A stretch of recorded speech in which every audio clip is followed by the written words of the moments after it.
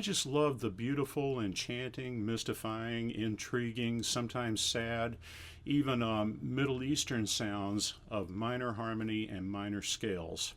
You just heard me playing from the relative minor, sometimes known as the pure minor, the natural minor, even the Aeolian minor. You also heard sounds from the harmonic minor, the melodic minor, the Dorian minor, minor pentatonics, and even the Locrian minor scale. These are all minor scales that we'll cover in this lesson. So these are some of the most common types of minor scales that you'll encounter while playing jazz.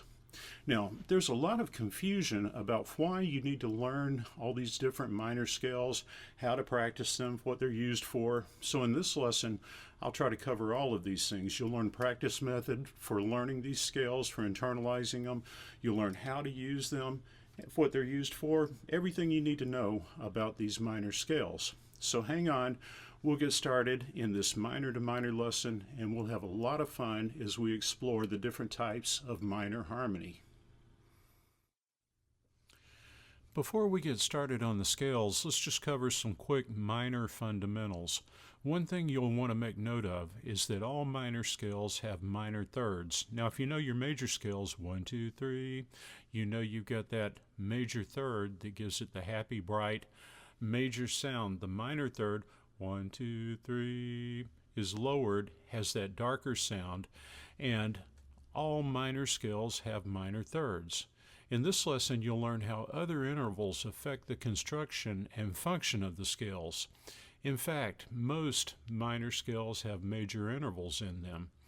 All of the minor scales you'll learn in this lesson have a major second, except for the Locrian scale. But in many cases, you'll find that the defining factor in the different types of minor scales, other than the Locrian minor scale, is what's going on with the 6th and 7th interval in the scales. So we can have major 6, major 7s, minor 6, minor 7s, or different combinations for the different types of scales. Let's begin by examining the relative minor scale. Now, it's called the relative minor scale because it's related to a major scale. All major scales have a relative minor scale that shares the same key signature. Now, the relative minor scale is also known as the natural minor, the pure minor, even the Aeolian minor. So there are at least 4 names for this one form of minor scale. The natural minor, relative minor, whatever you want to call it, is used for establishing minor tonalities. Now, you won't use the scale very much for improvisation, but you'll usually recognize key signatures of tunes by the relative minor or the major key signature.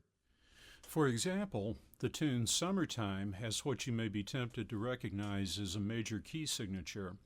If you listen closely, however, you'll recognize the home key is based on a minor tonality. In the case of our example, this is D minor for tenor sax or A minor for alto. Listen as I play the D minor scale and the arpeggio. I'll follow this by playing a brief excerpt from the melody. Notice that the arpeggio clearly defines the sound of the melody notes.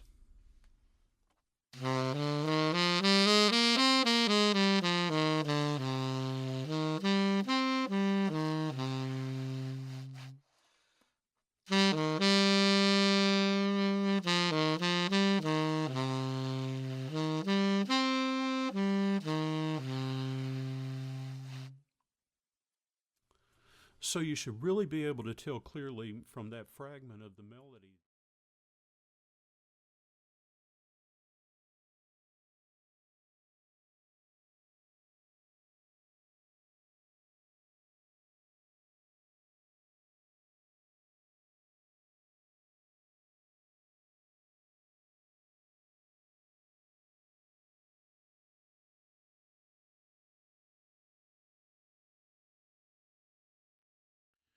Listen as I play the D Dorian scale along with a piano voicing for a D minor 7 chord. After I play it, you can play it as well, and then just take a brief little exploration using some notes from the scale.